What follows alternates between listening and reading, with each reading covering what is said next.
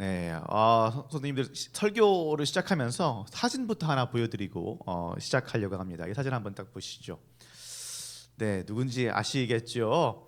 네, 이게 6년 전입니다. 6년 전, 자그마치 6년 전인데 사실 뭐 그렇게 오래되지는 않았지만, 네, 어떤 상황인지 사진 보시고 혹시 아시겠는지요? 어딘지 혹시 아실런지 네 모르겠습니다. 네, 이제 안 보여주셔도 되고요. 민망하네요, 되게. 네. 네, 6년 전 2019년의 사진인데 저랑 지금의 와이프 그때 여자친구의 사진입니다. 굉장히 떨리는 날이었습니다. 이렇게까지만 말해도 어떤 날인지 아시겠죠? 그때 이제 제가 아내를 데리고 이제는 없어진 63빌딩, 63빌딩 아쿠아리움. 63빌딩은 아직 있지만 아쿠아리움은 이제 없어졌지 않습니까? 그때 아쿠아리움을 갔습니다. 비싼 돈 주고. 그때 당시 전도사였거든요. 제가 돈이 있던 게 아니라서 아쿠아리움 간 거는 큰 돈을 쓴 거였습니다. 그런데 그 정도로 끝난 게 아니었고요. 아쿠아리움을 구경한 후에 63빌딩 자그마치 59층에 있는 고급 레스토랑에 갔습니다. 저 평생 지금까지도 제가 먹어봤던 음식 중에서 제일 비싼 음식을 먹었습니다. 네, 굉장히 비싼, 많이 비싼 전도사면 하면 안 되는 그런 곳에 데려가서 식사까지 했습니다.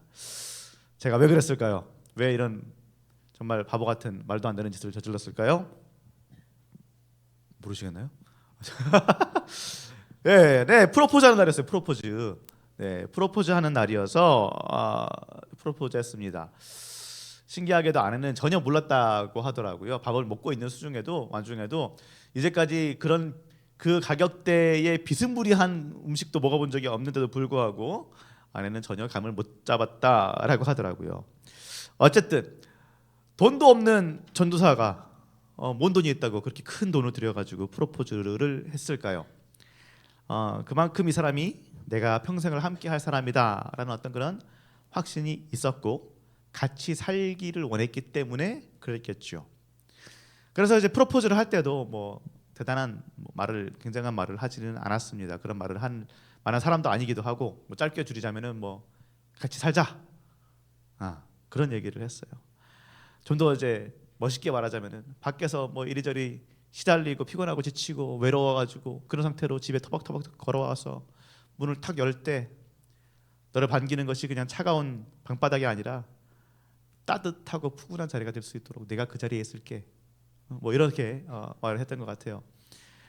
별거 없죠. 별거 없는 말이지만 어쨌든 아내는 울었고 저도 좀 눈물 좀 흘리고 그랬습니다. 그만큼 평생을 같이 살아갈 동반자를 찾는다는 것이 참 감동적이고 좋은 일이겠죠. 성도님들의 프로포즈는 어떠셨습니까? 여기 뭐 결혼 안 한 우리 청년들과 아이들도 있지만 프로포즈 하신 분들은 기억이 나십니까? 프로포즈를 혹시나 못 하셨다면은 신혼 때는 어떠셨는지 기억이 나십니까? 이 사람과 평생을 함께 살 거다라는 생각에 두근거리고 설레고 좋으셨을지 모르겠습니다. 앞으로 무슨 일이 있든지 간에 이 사람과 함께라면은 내가 다 잘 헤쳐나갈 수 있을 거다라는 믿음이 있으셨겠죠. 그런데 문제는 뭐예요? 프로포즈 받을 때는 또 신혼 때는 그렇게 좋았는데 같이 살다 보니까 어떠셨습니까? 네. 뭐 같이 살아도 좋으셨나 보네요. 네. 보통은 근데 그때만큼의 어떤 그렇게 좋은인가 이런 어떤 의문이 드시죠. 우리 남성 동지 여러분, 프로포즈 할 때 했던 말들 아니면 결혼 신혼 초 때 했던 말들, 결혼해달라고 말하면서 했던 말들 확실하게 지키고 계십니까? 프로포즈 할 때는 온갖 미사 여구를 다 쓰면서 너 나랑 결혼하면은 내가 손에 물방울 한 방울 안 묻히게 해줄게. 저는 그런 말 안 했습니다. 네, 불가능하다는 걸 알기 때문에 그런 말 절대 안 했고요. 어쨌든 그렇게 말하면서 결혼을 했는데 그렇게 해 주셨나요? 여성분들, 이 사람은 정말 나를 행복하게 해줄 거다라고 생각했는데 결혼하고 보니까 정말 나만 바라보고 나만 행복하게 해주고 그렇게 됐나요? 네, 꼭 그렇지는 않죠. 가끔은 이 사람이 내가 정말 잘 알던 그 사람이 맞나 싶기도 하고, 결혼 전에는 그렇게 서윗하고 멋지던 사람이 결혼하니까 어찌나 이렇게 무뚝뚝하게 변했는지, 결혼 전에는 그렇게 이쁘던 여자가 아니 화장 한 번을 이제 안 하고 결혼하고 나니까 뭐 그런 식으로 서로에 대해서 뭔가 실망을 하기도 하고 결혼 생활에 대해서 같이 사는 이 생활에 대해서 뭔가 생각하던 게 아닌데 그런 생각을 하기도 하고요. 흔한 이야기입니다. 열 길 물속은 알아도 한 길 사람 속은 모른다라고 하죠. 우리가 결혼을 하고 이제 평생을 같이 살기로 한 그 사람, 매일 밤을 한 입을 덮고 자는 그 사람, 연애할 때는 정말 열심히 사귀었습니다. 그렇죠? 열심히 사귀면서 서로에 대해서 열심히 알아가고 이해하고 배우고 맞춰가려는 그런 노력들이 있었습니다. 그런데 그런 사귐의 과정들이 결혼했으니까 이제 꼴은 했으니까 이제 끝났다 하고 그 모든 것들을 끝내버린다면 그것이 제대로 된 관계일까요? 같이 산다라는 것은요 더욱더 깊은 사귐이 있다는 말이겠죠. 사귐이 멈춘다는 얘기가 아니라 더욱더 깊은 단계의 사귐, 더욱더 깊은 단계의 서로에 대한 배움과 알아감과 낮춰줌과 맞춤이 있다는 말이겠죠. 이제는 연애 때보다 훨씬 더 친밀해진 상황에서 그럼에도 불구하고 계속해서 서로를 알아가기 위해서 맞춰가기 위해서 노력하는 것, 그것이 결혼 생활일 것입니다. 같이 산다라는 말의 의미가 그런 거겠죠. 처음부터 순도 100%로 확신해가지고 이 사람이다라고 생각해서 결혼하는 경우는 아마 별로 없을 것입니다. 결혼이라는 것은 같이 산다는 것은요 상처받을 가능성을 열어두고 하는 것이죠. 내가 상처받을 수 있다는 것을 인지하고 염두에 두고 해야 하는 것이 맞을 것입니다. 이 사람이 내가 생각하는 내 배우자의 상에 100% 맞지 않을 수도 있죠. 100% 맞는 배우자가 있는지는 잘 모르겠습니다만 어쨌든 그럼에도 불구하고 어떤 그 믿음의 도약을 하는 것, 믿음의 도약을 하는 것이 결혼 생활일 것입니다. 같이 산다라는 것입니다. 그런데요 성도님들, 사람과 사람이 만나서 같이 사는 것도 이렇게 어렵습니다. 사람과 사람이 만나서 같이 사는 것도요 상처받을 가능성을 인지를 하고 그것을 생각을 해야 되고요 어떤 믿음의 도약이 필요한 것이 사람과 사람끼리 같이 사는 그런 삶입니다. 그런데 신과 사람이 같이 살려면 얼마나 어렵고 얼마나 많은 노력과 얼마나 많은 사귐이 필요할까요? 얼마나 큰 믿음의 도약이 필요할까요? 하나님과 사람이라는 전혀 다른, 완전히 다른, 한 존재는 영적이다, 한 존재는 육체다, 뭐 이 정도가 아니라 아예 근본부터 완전히 다른 이 두 존재가 함께 같이 살기 위해서는 얼마나 또 많은 상처들을 거쳐야 될까요? 참 재미있고 참 감사한 것은요 하나님과 인간이 같이 살기 위해서 필수적으로 거쳐야 되는 이 피나는 노력들, 믿음의 도약, 상처받을 가능성을 인지하는 것, 그 모든 사귐의 과정들, 이 모든 것들이 다 사실은 우리가 감수해야 하는 것이 아니고요 하나님께서 이미 감수하신 일이라는 말입니다. 태초에 있었던 천지 창조 순간부터 그랬죠. 하나님은 불확실성을 가지고 시작하셨습니다. 완전하신 하나님께서 불확실성을 내포하시고 천지를 만드셨어요. 정확하게는 인간의 타락 가능성이라는 것을 인지하신 상태에서 그럼에도 불구하고 우리를 만드셨습니다. 내가 사랑으로 만든 이 인간들, 땅에 내 생기를 직접 불어넣어서 만들었던 이 인간들이 내가 열심히 만든 이 피조 세계를 망쳐버릴 수도 있다라는 것을 하나님이 모르셨을까요? 아셨습니다. 그럼에도 불구하고 하나님은 우리를 만드셨습니다. 그 후에 아브라함이 있었죠. 뭐 모세, 이스라엘 쫙 여러 개 있지만은 다 어떻습니까? 사실은 실패작이다라고 해도 과언이 아닙니다. 하나님께서 그들을 통해서 다시 한번 손을 내미시고 이 땅을 회복시키시기 원하셨는데 다 실패했어요. 다 하나님을 떠나갔습니다. 그래서 결국 하나님 어떻게 하셨습니까? 마지막에는 하나님의 아들, 자신의 외아들을 이 땅에 보내셨습니다. 계속해서 하나님은 우리에게 손을 내미셨죠. 같이 살자. 우리 같이 살자. 내 피조물아 같이 살자 하고 손을 내미셨는데 인간은 어떻게 했습니까? 우리는 어떻게 했습니까? 계속해서 그분의 손을 쳐냈죠.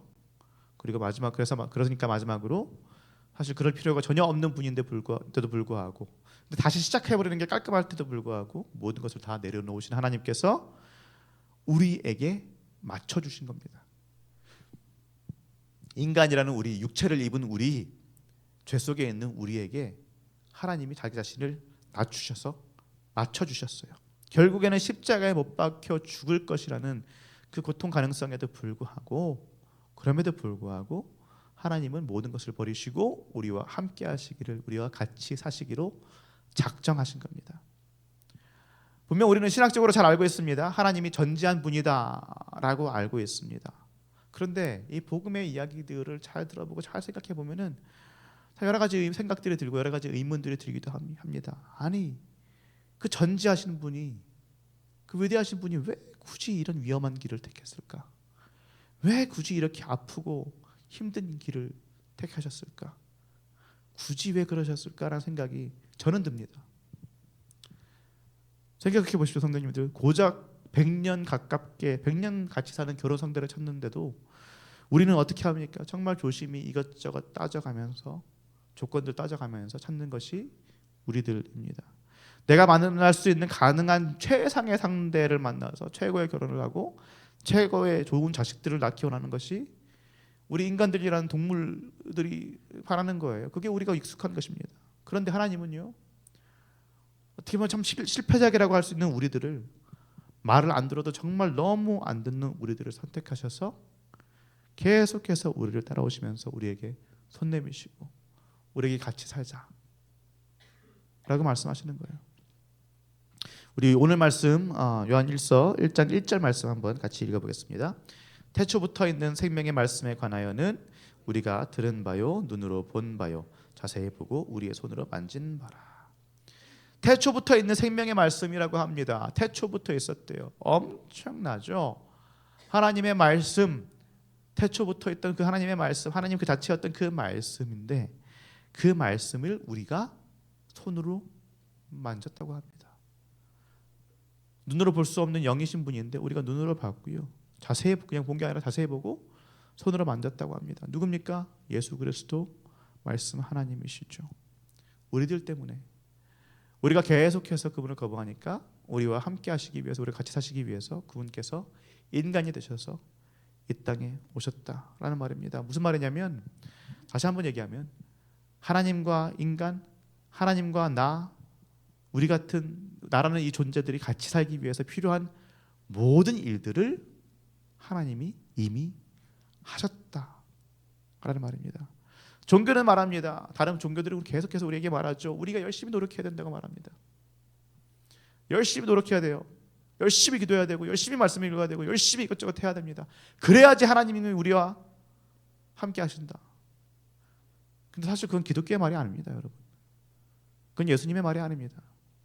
기독교는요, 하나님이 이미 모든 것을 하셨다 라고 말합니다. 하나님께서, 하나님의 아들이 이 땅에 오셔서 우리를 위해서 십자가에서 죽으셨어요.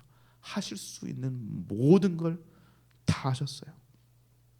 그런데 그것만이 아니고 십자가에 죽으시고 부활하신 것에서 끝난 것이 아니라 성령 하나님을 보내셔서 지금 이 시간도 우리 안에 내주하시며 우리와 함께 하시며 우리를 돕고 계십니다. 지금도 하나님은 우리에게 맞춰주시기 위해서, 우리와 사귀기 위해서 열심히 일하고 계신다는 말입니다. 그게 기독교가 말하는 하나님이에요. 그런데 성도님들, 그렇다고 해서 우리가 그냥 손 놓고 가만히 있어도 된다는 말일까요? 결혼 생활이라는 것은 결혼했다고 그냥 자동적으로 되는 것이 아니죠.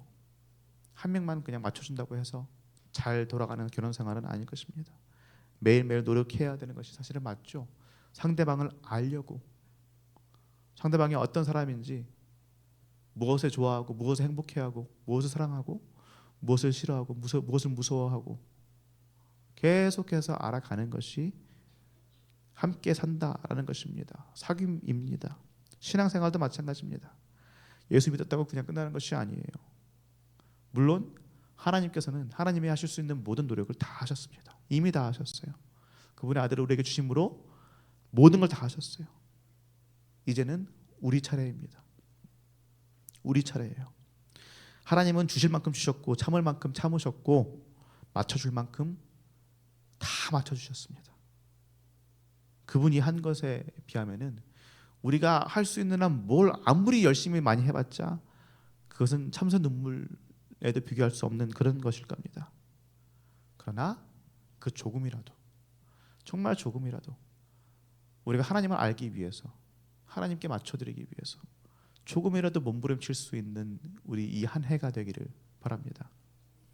오늘 하나님을 알기 위해서 몸부림친 것이 개미 눈물만큼이었다면 연말 돼서는 내가 그래도 이제 참새 눈물만큼은 하나님을 알았다.